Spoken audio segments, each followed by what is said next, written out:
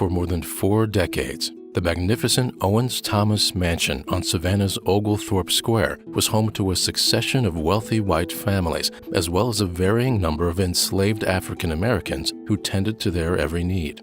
The day-to-day experience of these individuals differed greatly from the plantation slavery portrayed in popular movies and books.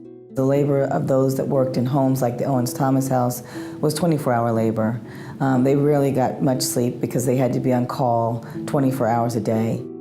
We really have to remember that for enslaved people, being in the house was not pleasant. It was a job, and it was a job constantly under the thumb of the employers. And it all happened here. These roughly finished rooms that hardly changed in the past century and a half represent one of the few intact slave quarters and workspaces in existence in America today. Historians Leslie M. Harris and Dinah Ramey Berry have conducted groundbreaking research into the lives of the slaves who lived and worked in this one-of-a-kind space.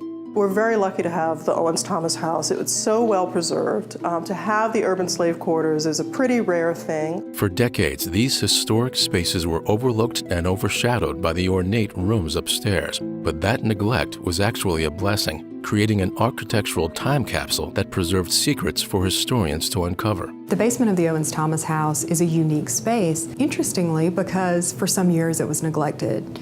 As a result of that, the plasterwork, the floors, the ceilings, they weren't constantly updated and maintained in the way the ones upstairs would have been. That can seem like a bad thing, but in this case, it allows us to have the original plaster, the original stones on the floors that can really give us evidence that helps us answer questions about how people lived and worked in these spaces. The Telfair's Owens-Thomas House Museum has decided to expand its focus to tell the story of all the people who made this house their home, adding their narrative to the story of the wealthy whites who lived in relative comfort upstairs. This house still has so many stories to tell.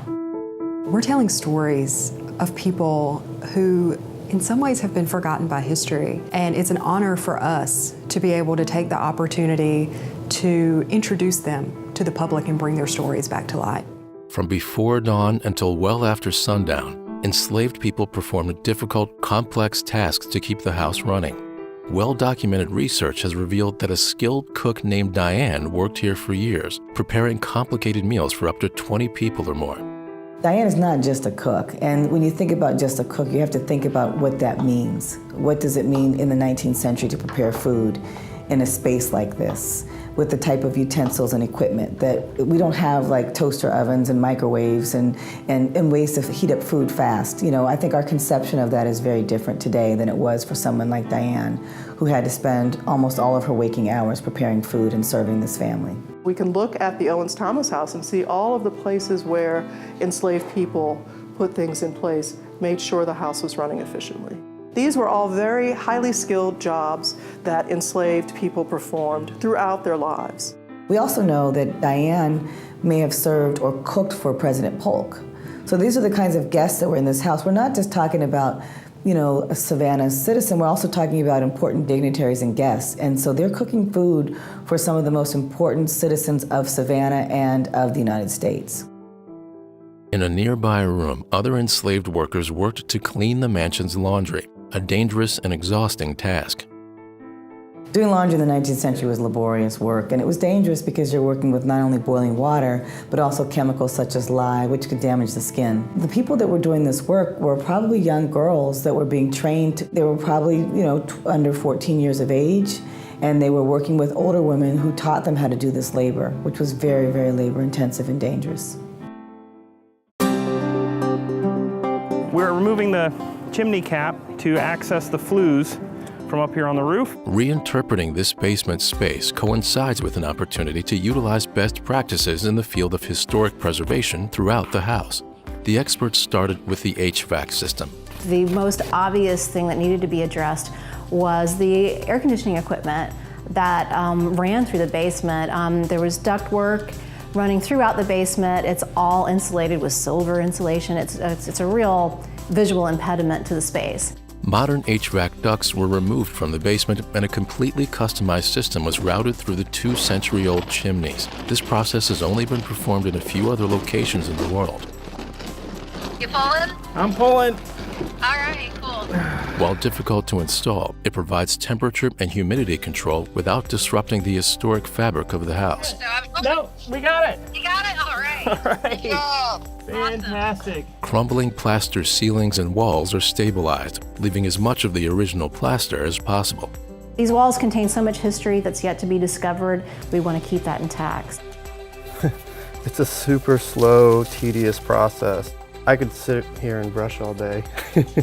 Glass floors are installed to give visitors an up-close look at one of the first indoor plumbing systems in the nation. One of the things that makes the Owens-Thomas house absolutely unique is that in 1819, when it was completed, it had indoor plumbing on all 3 levels. That includes bathing chambers with showers and bathtubs, as well as flush water closets and sinks. In the past, visitors haven't really been able to experience that in an up-close, personal way. Today, visitors can walk into the bathing chamber and the cistern on newly installed glass floors, and they can experience those spaces and get a sense of how they functioned in time. And in this space that stayed unchanged for so long, state-of-the-art restoration and new exhibits tell stories and ask challenging questions about life in Savannah before the end of the Civil War. What's different about the Owens-Thomas house is that visitors will leave here knowing about specific enslaved people and how they contributed to the functioning of the house. They're not just learning about the architecture and the furniture and the paintings on the walls. They're learning about people, and not just the owners of the house, but those that helped make the house function. History, preservation, and exhibits come together to tell a more complete story of this historic house and the people, black and white, free and enslaved, who called it home. History didn't stop in 1840 when we interpret our house. It's still happening. And I think we're still grappling with issues that grew out of slavery. And until we get to the historical root of all those issues, we're never going to move beyond them. The history of slavery matters today because it shaped the way we interact with one another. It informs our racial climate of today. So this history is extremely important. Understanding that is to understand a huge part of our history in this nation. And places like the Owens-Thomas house can be a place where we can begin to understand that terrible history and then hopefully move forward from it. What makes the Owens-Thomas house special is that they're telling stories, very detailed stories, about what enslaved people did in this house. And the Owens-Thomas house is the perfect space to do this because we need to understand American history in its fullest. And I think for a long time, we've studied American history and ignored groups of people like African American enslaved people. And we haven't really recognized their contributions to urban centers like Savannah. So I think this is a time for us to learn this whole history so that our children and their children and their children will understand all the contributions to the United States. It's a very complex story. It's a pretty amazing story, and we're really lucky to have this site to tell that story through.